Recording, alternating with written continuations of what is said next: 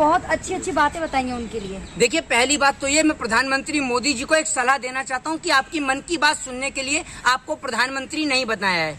आप जन की बात करिए, जन कल्याण की बात करिए, आप रोटी की बात करिए, आप इस देश के अंदर रोटी पे लग रहे टैक्स की बात करिए, आप बढ़ते गैस और सिलेंडर के दाम पर चर्चा करिए, आप महंगाई के ऊपर चर्चा करिए, आप बढ़ते बिजली के बिल के ऊपर और खेत के अंदर शहीद हो रहे किसान के ऊपर और सरहद पे शहीद हो रहे जवान के ऊपर चर्चा करिए। आपकी मन की बात ना तो हमें सुनने में कोई इंटरेस्ट था और ना कोई इंटरेस्ट है। आप प्रधानमंत्री की पोस्ट को त्यागिए, प्रधानमंत्री पद से इस्तीफा दीजिए और उसके बाद आप अपने मन की बात सुनाइए, अपने घर की बात सुनाइए या अपने कहीं की भी बात सुनाइए, सुनाते रहिए, हमें कोई फर्क नहीं पड़ेगा। लेकिन आज आपको जन की बात करनी होगी। देश के अंदर बेरोजगारी बढ़ती जा रही है, लोगों का दिन प्रतिदिन बुरा हाल होता जा रहा है, देश के अंदर का नौजवान जो है वो बेरोजगार होता जा रहा है, उसको बेहतर शिक्षा नहीं मिल पा रही है, अस्पताल में लोगों को बेड मुहैया नहीं हो पा रहे हैं, महिला सुरक्षित नहीं हो पा रही है और आप हर दिन उठा के आ जाते हैं मन की बात, मन की बात, मन की बात। क्या है आखिर आपकी मन की बात और आखिर आपकी मन की बात से जनता को मिलता क्या है, ये बताइए। इससे बेहतर तो अगर आप देश की जनता के काम के लिए कुछ बात करें तो समझ में भी आए, लेकिन आपकी चर्चा सिर्फ मन की बात पे होती है। मन की बात में कहा ना, आर्मी के लिए ये कर रहे हो, कर रहे। मन की बात में ये भी कहा है कि घर घर सारी योजना का लाभ पहुंचे, घर घर। देखिए, मैं आपको बता दूं, घर घर का तो मुझे पता नहीं, लेकिन एक घर जरूर है मुंबई के अंदर, कुछ घर हैं, एक मुकेश अंबानी का है, अडानी का है, उनके घर पर सारी योजनाएं पहुंचती हैं और समय से पहले पहुंचती हैं। कर्जा माफ करने की बात हो तो उद्योगपतियों का कर्जा माफ होता है, अगर किसी की संपत्ति दुगनी होती है तो उद्योगपतियों की होती है। चौथे नंबर पे अगर कोई आता है तो वो उद्योगपति आते हैं, मुकेश अंबानी और अडानी जैसे लोग आते हैं। लेकिन जब इस देश के अंदर गरीब किसान की बात होती है, मजदूर की बात होती है, जब सरहद के जवान की बात होती है तो सबके मुंह पर ताले लग जाते हैं। जब आप ये समझिए, जब देश के जवान को ये 4 साल कर सकते हैं, देश के अंदर 4 साल के लिए जवान कर दिए, उसको सिर्फ चंद पैसे पेंशन के बचाने के लिए इन्होंने जो देश के जवान हैं उनको चौकीदार बनाने का काम कर दिया। तो आप सोच सकते हैं कि क्या से क्या कर सकते हैं। देखिए ना, भ्रष्टाचार को खत्म कर रहे संजय राउत के घर पे भी अब ईडी का छापा पड़ा है। तो भारतीय जनता पार्टी के नेता क्या इतने दूध के धुले हैं कि बीजेपी के एक भी नेता के घर पर ईडी की रेड नहीं पड़ती है? सवाल का जवाब दीजिए। तो है, भारतीय जनता पार्टी में जो भी शामिल होता है वो एकदम पवित्र होता है, क्लीन। हाँ, तो मैं आपको बताता रहा हूँ, अगर आपको ईडी से बचना है, सीबीआई से बचना है या रॉ से बचना है, इनकम टैक्स से बचना है, तो आप जाइए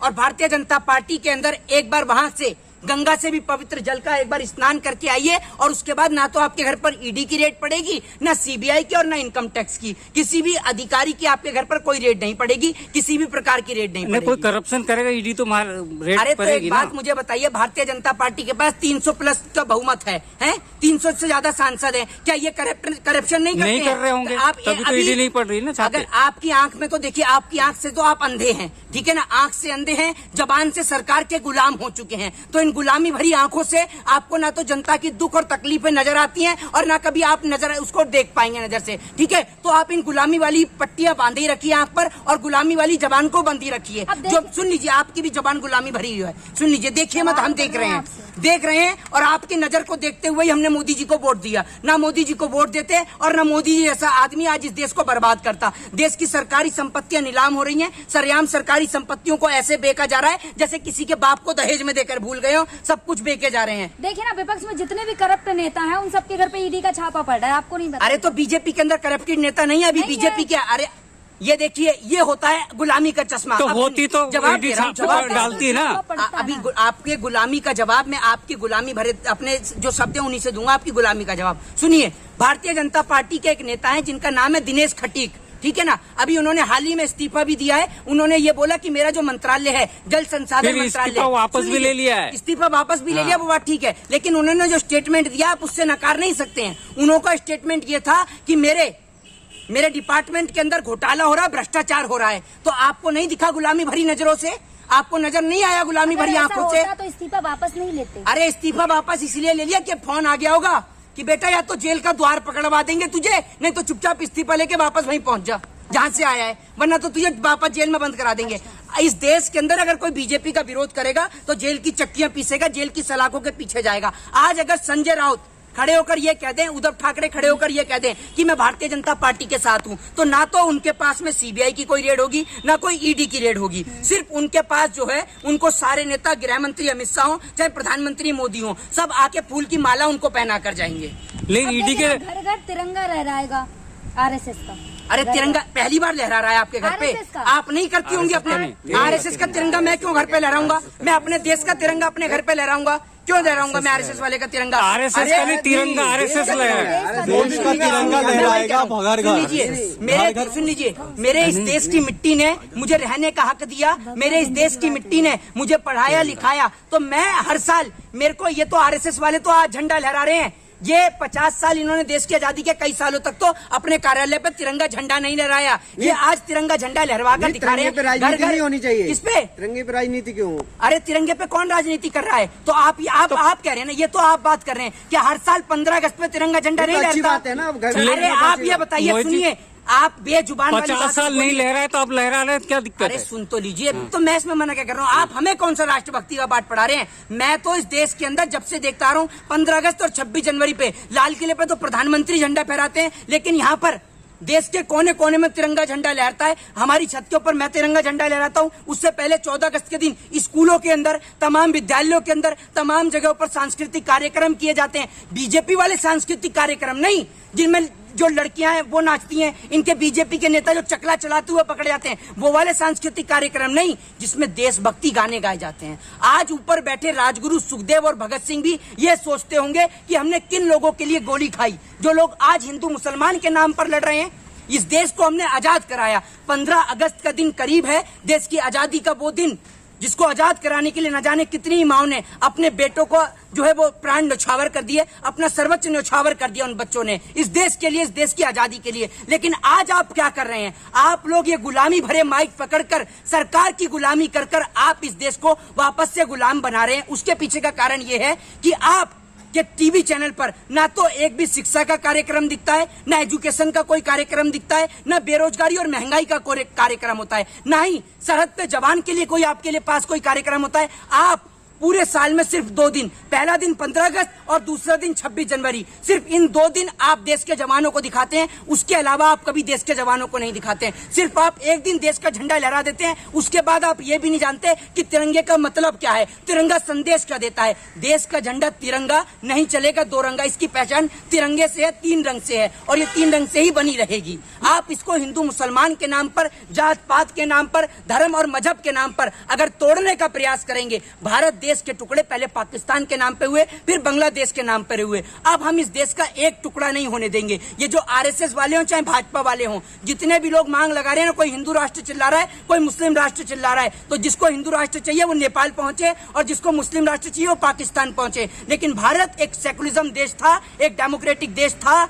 है और रहेगा। आपको विकास तो दिखती नहीं ना, कितने सारे हाईवे एक्सप्रेसवे बन रहा है। आप मेरे ख्याल से गुलामी भरी आंखों से आपको विकास नजर नहीं आएगा मोदी जी का। आपने देखा नहीं हाईवे कैसे धंस रहे हैं? क्या आपकी आंख पे काली पट्टी बंधी हुई है, या आपने दलाली का इतना महंगा चश्मा अपनी आंख पे चढ़ाया है कि आपको कुछ दिखता ही नहीं है? बारिश हो रही है ना, बारिश हो रही है तो सारे टूट रहे हैं। एक बात मुझे बताइए, आपके घर की एक आध छत गिर गई नहीं गिर गई?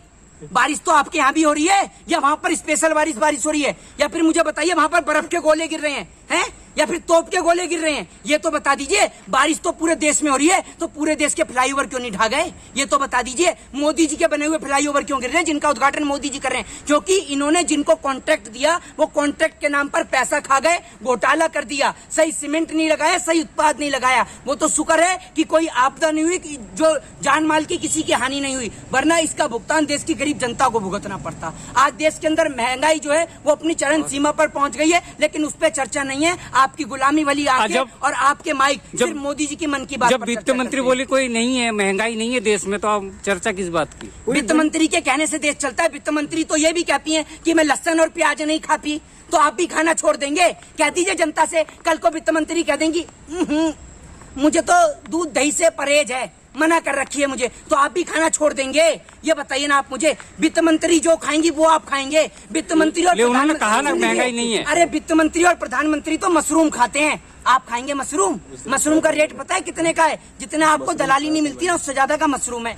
बीजेपी के एक मंत्री है बिहार से जी, कहते देश के लोग अगर जिंदा है तो मोदी जी की देन है। हाँ, वो उनको जब उनका जब पेट साफ होता है ना, ये भी मोदी जी की देन है। सुबह बाथरूम जाते हैं, ये भी मोदी जी की देन है ना, यही कह दीजिए। क्योंकि ना मोदी जी उनके पेट में राशन डालते और ना मोदी जी पानी देते, तो ना तो उनका सुबह पेट साफ होता और ना वो शौचालय जा पाते। इस देश के अंदर आपको ये जो नेता है, इनका नाम कुछ राय है और ये बेफजूल की राय देते हैं। तो आपकी राय, आप उसकी बत्ती बनाइए और कान खुजाइए और जेब के अंदर रखिए। आपकी राय और आपकी सलाह किसी को नहीं चाहिए। इस देश के अंदर शिक्षा की और चिकित्सा की जो हालत है वो बद से बदतर है। अस्पताल में बुजुर्गों को बेहतर इलाज नहीं मिलता है और नौजवानों को बेहतर शिक्षा नहीं मिलती है। लेकिन राय की उस पर कोई राय नहीं होती है, क्योंकि ना तो ये खुद पढ़े हैं, ना दूसरे को पढ़ने देंगे। ना तो इनका खुद का इलाज तो इनका एम्स, अपोलो और मैक्स में होता है, और यहाँ इलाज ना हो लंदन, पेरिस, अमेरिका, यूएस। इनके पास तो है पैसा।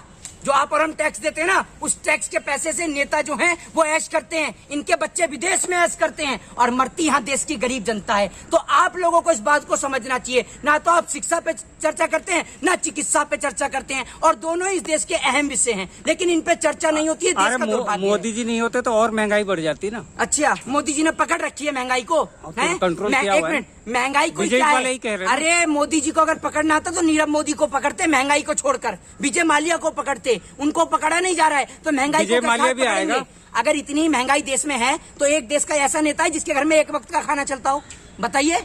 महंगाई देश में है तो नेताओं पे भी तो असर पड़ना चाहिए। नेताओं पे असर क्यों नहीं है महंगाई का? महंगाई का असर देश की जनता पे क्यों, जबकि देश की जनता ही इनको नेता बनाती है? ये है क्या? ये कंगले हैं सारे नेता, देश के सारे कंगले हैं ये इनको बनाने वाली इस देश की जनता है। हम लोग राजा हैं, इस देश की प्रजातंत्र राजा है, ये हमारे नौकर हैं, ये हमारे नौकर हैं, और नौकर आज राजा बन के बैठे हैं। ये देश का दुर्भाग्य है। उत्तर प्रदेश में लेखपाल का पेपर आज फिर लीक हो गया। ये कोई नई बात नहीं है। बीजेपी के राज में पेपर लीक होना आम बात है। जिस तरीके से आप सुबह शौचालय जाते हैं, ठीक उसी तरीके से बीजेपी के राज में जो पेपर होता है वो लीक होता है। ये कोई बड़ी बात नहीं है, ये कोई मुद्दा का विषय नहीं है। जय हिंद, जय भारत, वंदे मातरम।